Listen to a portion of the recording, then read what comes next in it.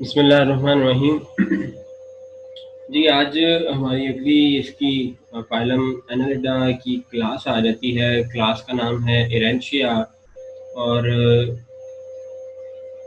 ये मोटाइल हैं, यानी कि ये मोबाइल ऑर्गेनिज्म हैं, एक्टिव हैं और मूव कर सकते हैं एक्टिव, ठीक है। यानी कि काफ़ी ज़्यादा इनके अंदर मोबिलिटी आपको देखने को मिलती है, इसलिए हम इनको एरेंशिया के अंदर इंक्लूड करते हैं। तो अगर हम इनको देखें तो इनके ये मोस्टली मरीन है और इनके आप देखें तो जो हमने कल स्ट्रक्चर देखे थे पैरापोडिया के, वो यही के थे।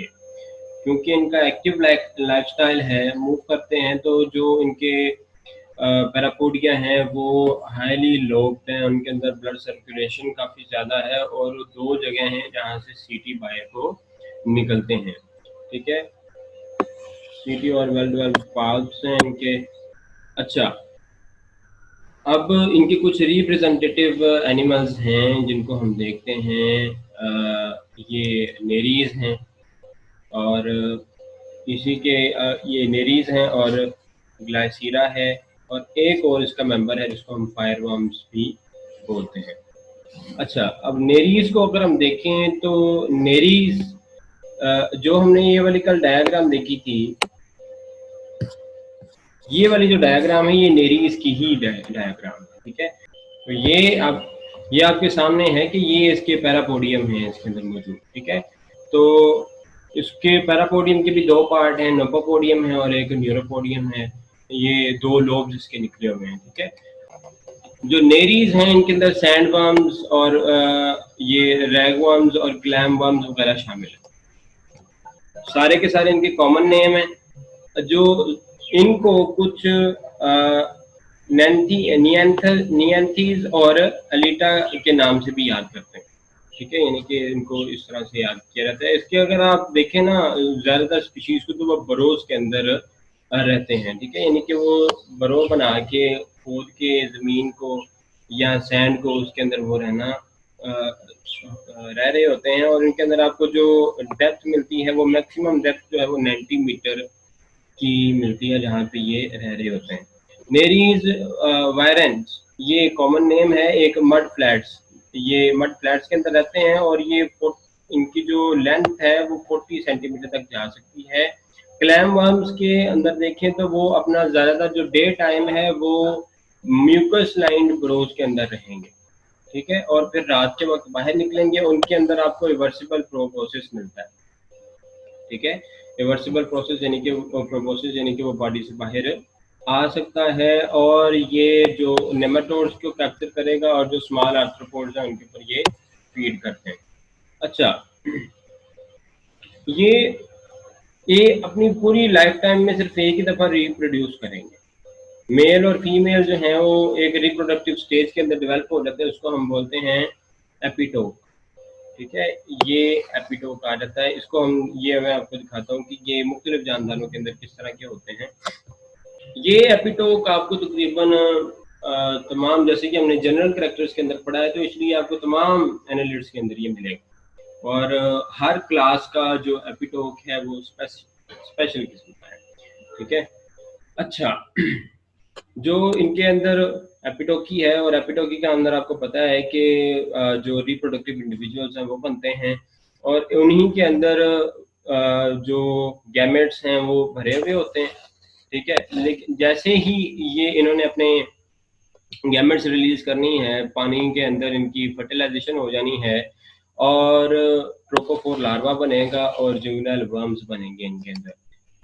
हम अर्थवर्म को तो यूज़ करते हैं, यहाँ पे तो हम अर्थवर्म को यूज़ करते हैं, लेकिन साहली इलाके वाले जो हैं वो इनको इस्तेमाल करते हैं एज अ बेट, यानी कि बेट जो फिश को पकड़ने के लिए कांटे के ऊपर जो फूड लगाया जाता है उसका, उसके तौर पे ये नेरीज को इस्तेमाल किया जा रहा होता है, ठीक है।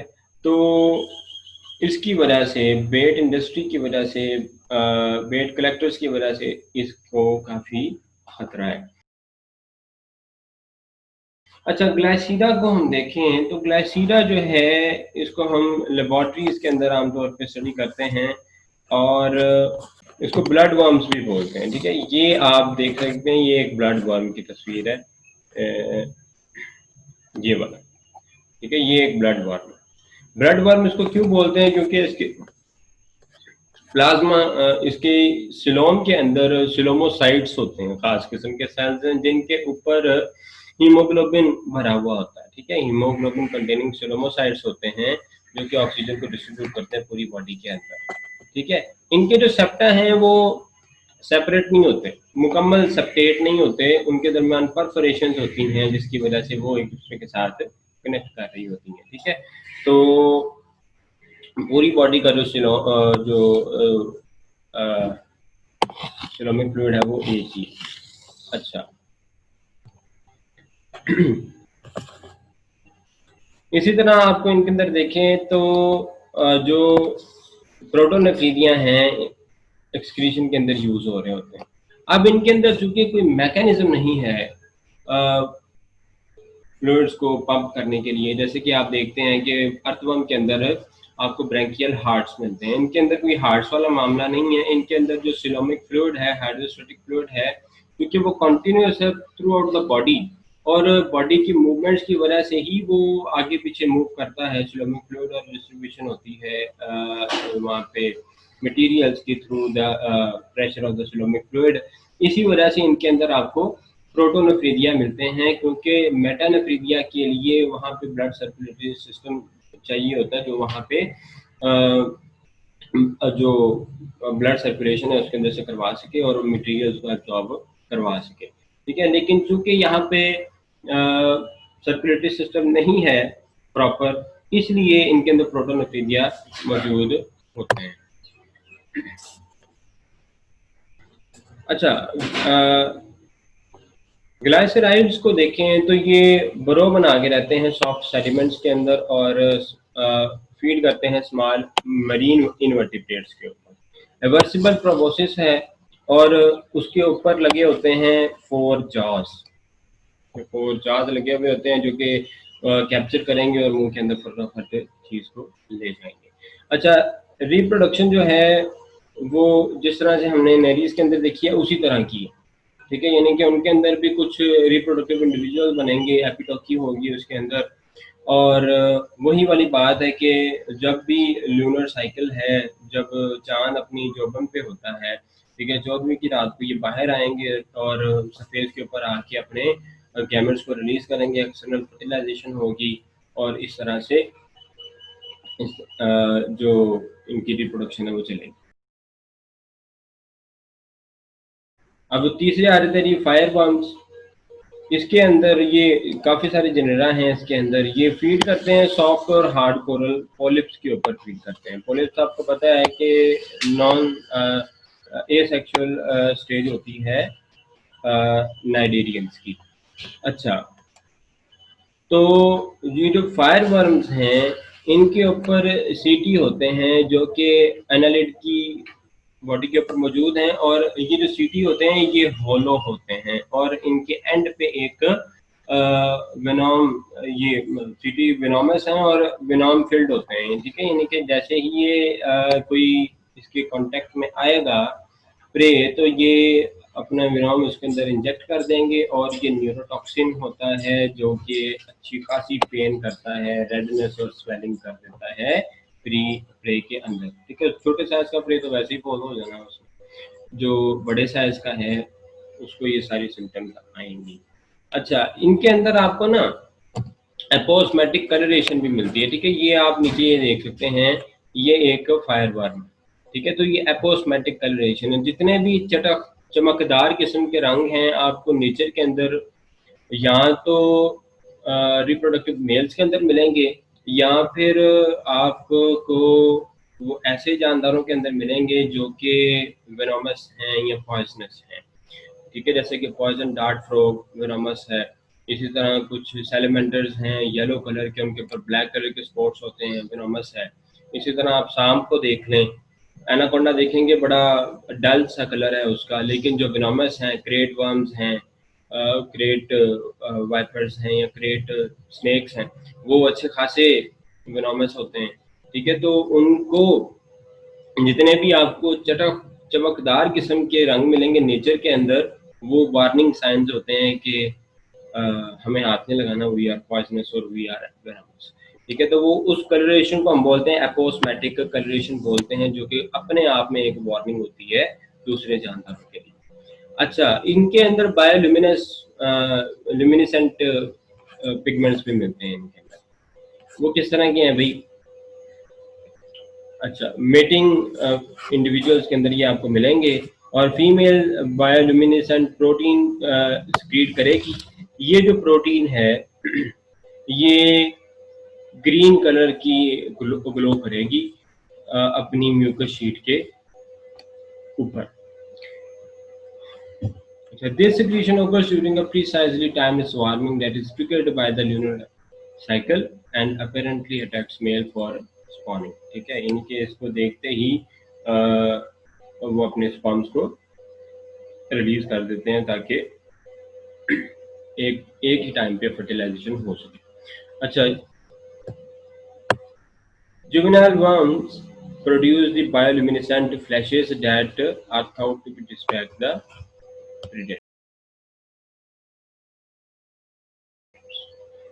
अच्छा, अब अगली आ जाती है, अगला क्लैड है हमारा, अगली क्लास है वो है सेडेंटेरिया। तो नाम से ही पता चलता है कि दे आर सेडेंटरी, यानी कि ये एक ही जगह पे रहेंगे, मूव नहीं करेंगे। दूसरे अल्फाज में हम यूँ कह सकते हैं कि दे हैव इनएक्टिव लाइफस्टाइल। ठीक है। अच्छा, मेंबर्स इस क्लास के जो हैं मरीन ट्यूब वर्म्स हैं, अपने इर्द गिर्द वो ट्यूब बनाएंगे, और साइबोग्लिनेट्स हैं और एक्यूरेंस। ठीक है, ये वाले सारे मेंबर्स इसके अंदर आ जाते हैं। इसी तरह क्लैटेलाटा ये भी इसी के अंदर शामिल है। क्लैटेलाटा को हम जानते हैं, इसके अंदर वो आ जाता है, अर्थवर्म की स्पीशीज आ जाती है। ठीक है, इसी तरह ये हीरोडिना का जो एक लीचेस वगैरह हैं वो भी इसके अंदर शामिल हैं, यानी कि अब बहुत सारी क्लासिफिकेशन को चेंज करके इसके अंदर शामिल कर दिया गया। अब हम सबसे पहले देखते हैं भाई ट्यूब वर्म्स को। तो कॉमन नेम इनका ट्यूब वर्म है। बहुत सारे वैरायटी ऑफ सेडेंटेरियन टैक्सा हैं जो कि ट्यूब्स के अंदर रहते हैं। अच्छा, इनके अंदर ये इसकी जो ट्यूब्स है ना वो कैल्शियम की बनी हो सकती हैं, या फिर ये सीमेंटेड ग्रैंड सेन्स भी हो सकते हैं, जिसको ये अपने म्यूकस के साथ मिला के तो अपने इर्द गिर्द सिक्रीट कर लेते हैं, और इस तरह से इनकी ट्यूब जो है वो बन जाती है। अच्छा, अदर कंस्ट्रक्ट बरोज इन सैंड और मड, बाकी जो हैं वो इस तरह से अपना गुजर बसर करेंगे। अच्छा, जो पार्टिकुलेट मैटर है उसके ऊपर ये फीड करेंगे, जो भी समंदर के अंदर ये मौजूद होता है, और जो भी सस्पेंडेड पार्टिकल्स हैं उनको अपनी बॉडी के अंदर लेके जाएंगे। ये अगर आप यहाँ पे देखें, ये तो एक इसकी जनरल तस्वीर दिखाई गई है ना, तो ये उसकी थोड़ी सी, ये एक एपिटोप की तस्वीर है, ये है इसकी एक तस्वीर। ठीक है, सेडेंटेरियन की। तो इसको हम अभी डिटेल में देखते हैं थोड़ी सी।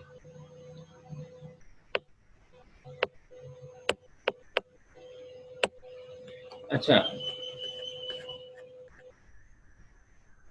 a crown of arms like radioles from the open end of the tube। ठीक है, जैसे कि आप यहाँ पे भी देख चुके हैं कि ट्यूब की दूसरी साइड से टेंटिकल्स लाइक रेडियोल्स निकलते हैं। ठीक है, यही मामला आप यहीं पे यहाँ पे भी देखते हैं इधर। ठीक है, तो ये एक कॉमन फीचर है ये सेडेंटेरियन के अंदर। अच्छा, ciliary currents move water upward through the radioles. अब यहाँ पे अगर आप देखें तो वाटर जो है वो नीचे से ऊपर की तरफ फ्लो करेगा। ठीक है, यानी कि आप ये जो ब्लू कलर की एरोज हैं इनसे देख सकते हैं कि वाटर की डायरेक्शन नीचे से ऊपर की तरफ होगी। और ये जो एक टेंटिकल है उसको हम रेडियोल बोलते हैं। रेडियोल का हम जब सेक्शन लेते हैं तो हमें ये इस तरह का स्ट्रक्चर मिलता है। इसके ऊपर पिन्यूल्स हैं। ठीक है, पिन्यूल्स एक्सटेंशन लाइक स्ट्रक्चर्स हैं। इसके एक रेडियोल से निकली हुई। और जब हम इसको, ये जो पिन्यूल्स हैं ये भी जाहिर सी बात है फूड को कैप्चर करने का काम करेगा। और जब हम इसका सेक्शन लेते हैं तो वो उसका सेक्शन कुछ इस तरह से नजर आता है कि आपको इसके ऊपर दो तरह की सीढ़ियाँ मिलते हैं, जो स्मॉल सीढ़ियाँ हैं और जो किनारों के ऊपर लार्ज सीढ़ियाँ हैं, ठीक है, वो मिल रही हैं। अच्छा, तो ये सीढ़ियाँ जो हैं वो डायरेक्टली वो मूव करेंगे और उसके ज़रिए से फूड पार्टिकल से ट्रैप होंगे और उनको मूव किया जाएगा टुवर्ड्स द फूड ग्रुप। ठीक है, ये जो दरमियान में आपको ग्रुप नज़र आ रहा है इसको फूड ग्रुप बोलते हैं। अब इसके अंदर जो वेरियस साइज के पार्टिकल्स हैं उनकी सॉर्टिंग हो रही है। ठीक है, स्मॉल सबसे छोटे वाले नीचे चले जाएंगे, उससे बड़े वाले थोड़े से ऊपर आ जाएंगे और सबसे ऊपर वाले जो है वो ऊपर, सबसे ऊपर वाली जो है वो ऊपर की तरफ आ जाएंगे। अच्छा, तो ये इनके बारे में बात होगी, इन सबको मूव किया जाएगा टुवर्ड्स द माउथ। अब बॉडी इनकी ट्यूब लाइक है और ये ट्यूब है जो इसने खुद सिक्रीट की गई, खुद सिक्रीट की हुई है, जिसके ऊपर ये रहेंगे। और इनके अंदर एक और बात आ जाती है कि ये सरफेस के ऊपर मौजूद होंगे और जैसे ही इनके ट्यूब के अंदर ये अपने आप को खींच लेते हैं। ठीक है, जैसे ही वो प्रेडेटर वगैरह आएगा, ये बाहर फिर रहे हैं तो जैसे ही प्रेडेटर वगैरह का कोई साया पड़ा है इनके ऊपर तो ये अपने आप को उसके अंदर खींच लेते हैं। ठीक है, तो ये बात इनके बारे में आ जाती है। अच्छा, अब साइबोग्लिनिडी को देखते हैं हम। साइबोग्लिनिड्स बियर्ड वर्म्स हैं, तो 120 के करीब इनके अंदर स्पीशीज हैं और ट्यूब डिवेलिंग मरीन वर्म्स हैं। ठीक है, और इनको आप, ये पहले इनको क्लासिफाई किया जाता था पोगनोफोरा के अंदर। ठीक है, लेकिन अब उस पूरे फाइलम को इंक्लूड कर दिया गया हुआ है एज ए क्लास और as a member of class sedentaria के अंदर उसको इंक्लूड कर दिया गया हुआ है। लेकिन चूंकि पहले एक अलग फाइलम था, अब इसको इस क्लास के अंदर डाल दिया गया हुआ है। ठीक है, तो कुछ करेक्टरिस्टिक्स की बेस के ऊपर डाला गया है इसको इसके साथ, इसलिए हम इसको, इसका फाइलम ये मोनोफाइलेटिक नहीं कंसिडर करेंगे। इसको हम जो कंसिडर करते हैं कि ये एक पॉलीफाइलेटिक फाइलम का पार्ट है। ठीक है, यानी कि ये और annelids they are not monophyle. Their tubes are embedded in the soft marine sediments in cold, deep water over 100 metre के करीब आपको मिलते हैं। न्यूट्रिएंट पोर वाटर्स इनके अंदर हैं ये वाले, जहाँ पे ये आपको मिलते हैं। और माउथ भी नहीं है और डाइजेस्टिव ट्रैक भी इनका प्रॉपर कोई नहीं है। तो फिर ये गुजारा कैसे करते हैं जी? गुजारा होता है एंडोसिम्बायोट बैक्टीरिया की जरिए से। एंडोसिम्बायोट बैक्टीरिया वो कीमोसिंथेसिस करेंगे। ठीक है, वो ऑटोट्रॉफ हैं। इनके अंदर जो मौजूद बैक्टीरिया हैं वो फ़ोटोसिंथेसिस करेंगे। ठीक है, यानी कि ये फ़ोटोसिंथेसिस के ज़रिए से फूड तैयार करेंगे और ये दे देंगे फिर ये साइबोग्लिनिड्स को। ठीक है, इस तरीके से ये दोनों म्यूचुअली एक दूसरे के साथ स्टे करेंगे जी। ठीक है, अच्छा, कुछ एनवायरनमेंट के अंदर से ही ग्लूकोज है, अमीनो एसिड्स वगैरह हैं, जो कुछ भी थोड़ी सी मिकदार ये वहाँ से एब्जॉर्ब कर लेते हैं अपनी बॉडी वाल के ज़रिए से, जैसे कि हमने एनालिटिक के इंट्रोडक्शन के अंदर देखा है। अच्छा, फिर अगली बात आ जाती है, हाँ जी, इसकी जो पोस्टीरियर पार्ट है ना, जहाँ पे इनके ट्रोफोसोम मौजूद है, यानी कि जहाँ पे इनके एंडोसिम्बायोट बैक्टीरिया पड़े होंगे इनके पेट के अंदर, उस स्ट्रक्चर को ट्रोफोसोम बोलते हैं। ठीक है, और ये वाले बैक्टीरिया जो हैं, जाहिर सी बात है आपको मैं पहले बता चुका हूँ, ये कार्बन डाइऑक्साइड को और हाइड्रोजन सल्फाइड को यूज करेंगे।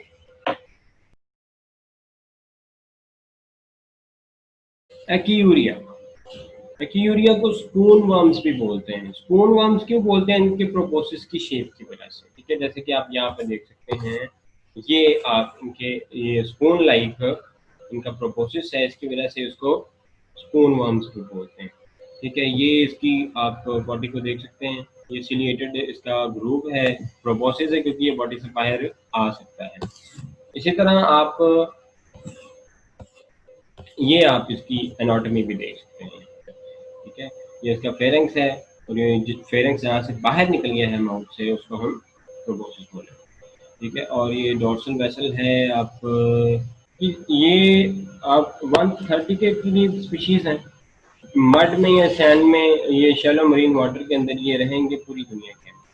ठीक है, कुछ जो हैं वो अपने आप को प्रोटेक्ट करके रखते हैं रॉक्स वगैरह की, रॉक्स क्रीवेसिस के अंदर, उसकी दरारों के अंदर ये रहेंगे।